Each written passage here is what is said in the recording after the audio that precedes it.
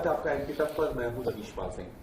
MP तक की इस खास पेशकश एमपी फाइल्स में आज हम बात करने वाले हैं मध्य प्रदेश कांग्रेस के वो कौन नेता हैं जिन्हें राहुल गांधी लंगड़ा घोड़ा बोलकर गए हैं। हालांकि सोशल मीडिया पे तो नेताओं के नाम खूब लिए जा रहे हैं, लेकिन राहुल गांधी ने किसी का नाम नहीं लिया।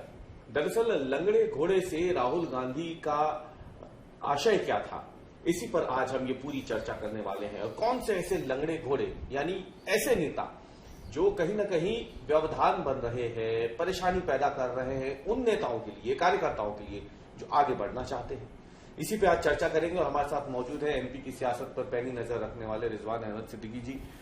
रिजवान जी, दोहराने की जरूरत नहीं है मुझे, क्या कुछ राहुल गांधी ने कहा जी। पहले ही सवाल ये है, कौन है लंगड़े घोड़े? बिल्कुल, राहुल गांधी ने तो इसमें आगे भी जाकर कहा कि जो लंगड़े घोड़े होते हैं अगर वो नहीं सुधरेंगे तो फिर क्या किया जाता है, वो मैं नहीं कहना, है ना। उन्होंने ये तक कहा। तो पॉलिटिक्स कहाँ पहुंचती जा रही है, कैसे, और कांग्रेस की पॉलिटिक्स में इस तरह की चीज़ों का बहुत ज़्यादा उल्लेख नहीं उन्होंने, लेकिन कमलनाथ का भी नाम लिया। तो अब उन्होंने लंगड़ा उन्हें मान लिया है जो बार बार कांग्रेस में गद्दारी करते हैं, भीतरघात करते हैं, या जिनकी सोच विकृत है, इसलिए वो अपना काम उस तरह से नहीं करते जैसा उनको करना चाहिए, या ये उपयोगी नहीं रहे। पूछता हूं ना मैं, क्या कमलनाथ जी पे इशारा है या दिग्विजय सिंह जी पे है या किसी और वरिष्ठ कांग्रेस नेता पर? देखिए, अगर वो वरिष्ठ नेताओं की बात कर रहे हैं तो कमलनाथ का हवाला देकर ही उन्होंने घोड़े की बात शुरू जो की, तो उन्होंने कमलनाथ का ही हवाला दिया था।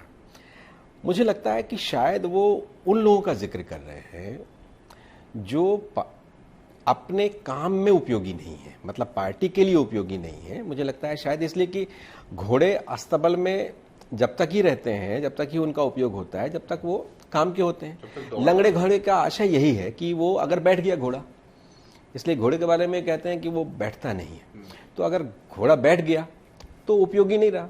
तो जो भी बैठ गया या फिर जो उनके काम का नहीं है, अनुपयोगी है, शायद उनके लिए कहा है।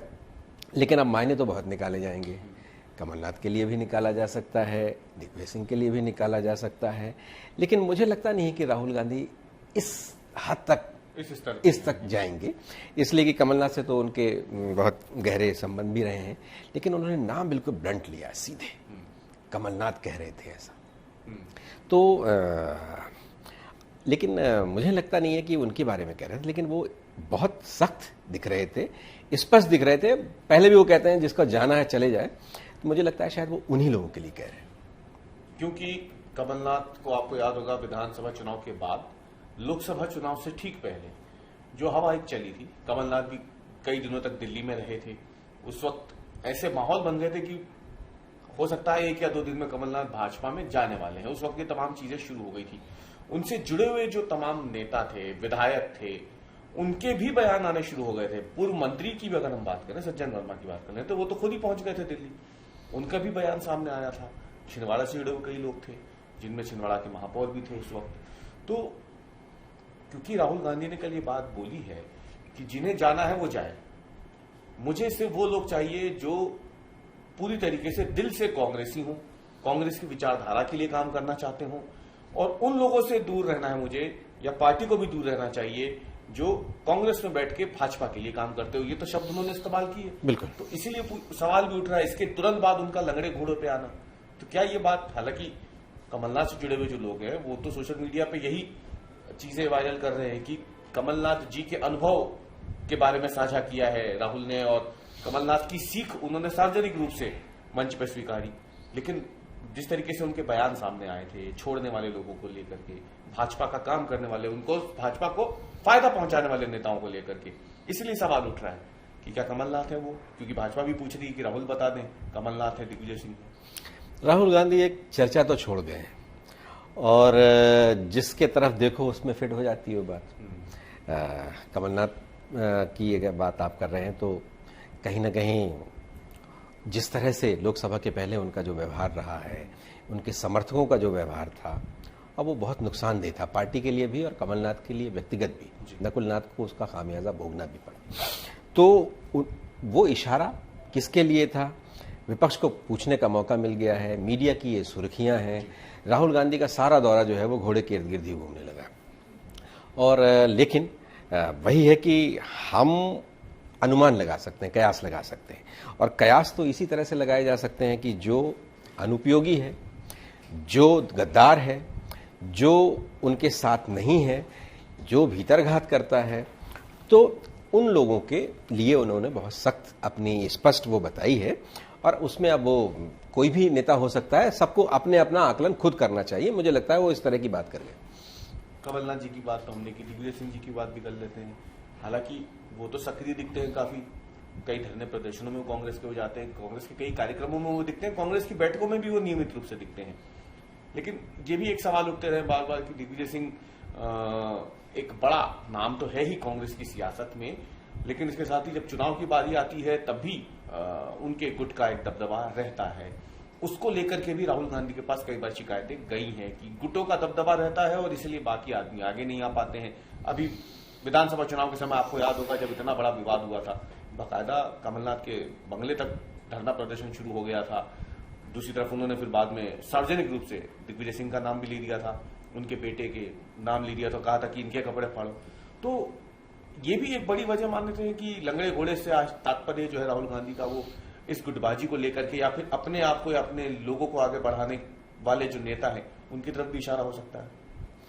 देखिए, कमलनाथ जब मुख्यमंत्री थे तब भी नेता प्रतिपक्ष जो वर्तमान में है, उन्होंने मंत्री रहते दिग्विजय सिंह पर बहुत गंभीर आरोप लगाए थे।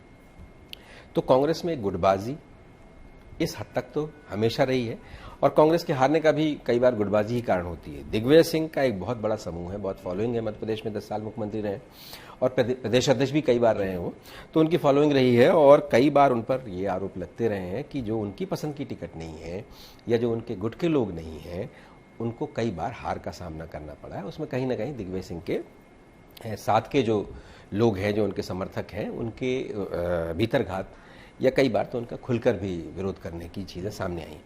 मुझे लगता है कि राहुल गांधी ने बहुत स्पष्ट किया है उन नेताओं को जिनकी उम्र हो गई है, उन नेताओं को भी जिनकी आदत हो गई है भीतरघात करने की। मुझे लगता है उन्होंने बहुत स्पष्ट वो किया है।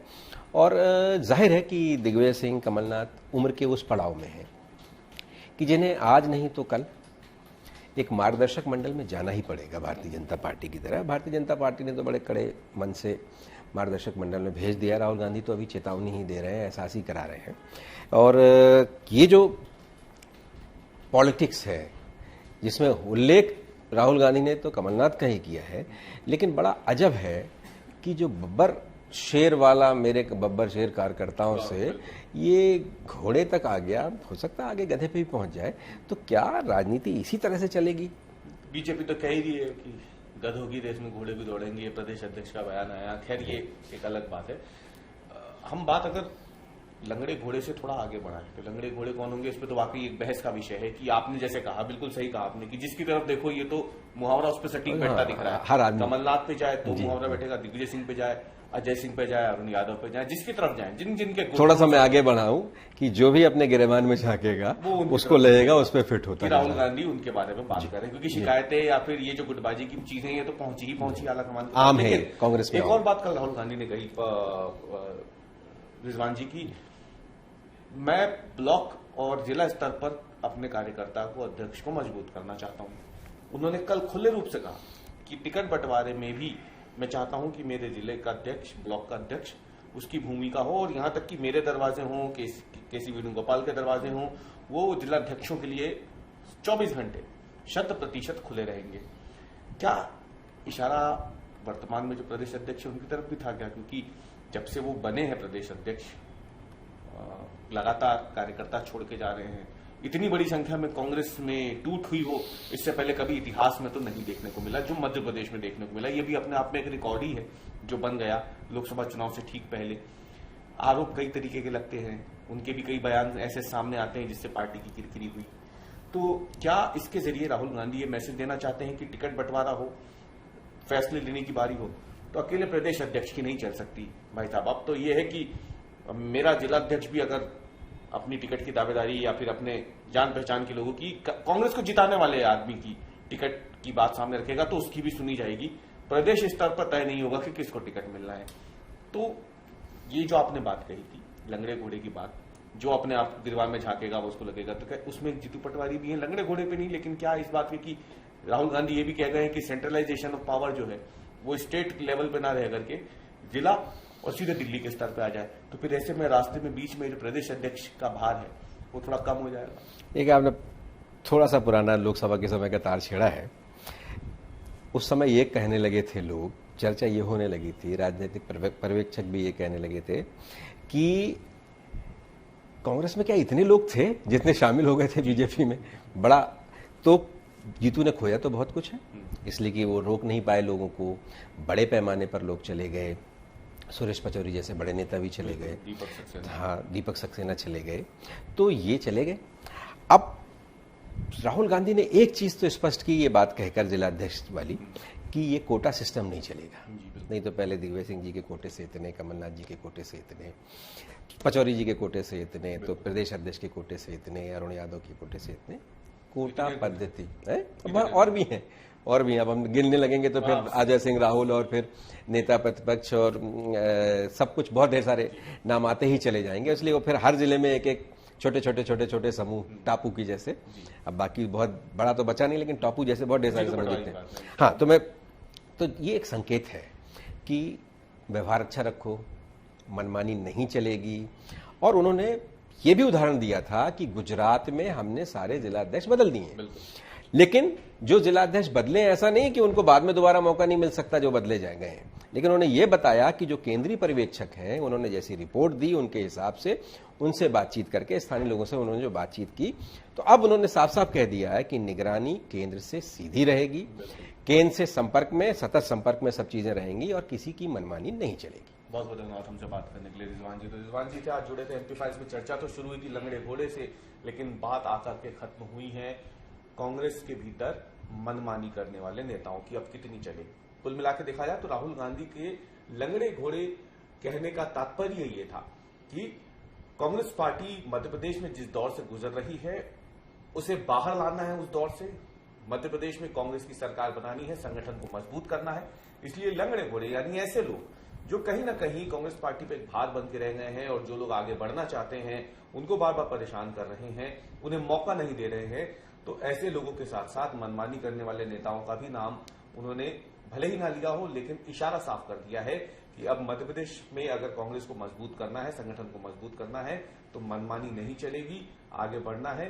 तो अब दिल्ली को और भोपाल के अलावा जिला स्तर पर भी कांग्रेस संगठन को साथ में चलना होगा, ताकि मध्य प्रदेश में जो इतने लंबे समय से सत्ता से बाहर है कांग्रेस, वो संघ और भाजपा के मुकाबले आके खड़ी हो सके।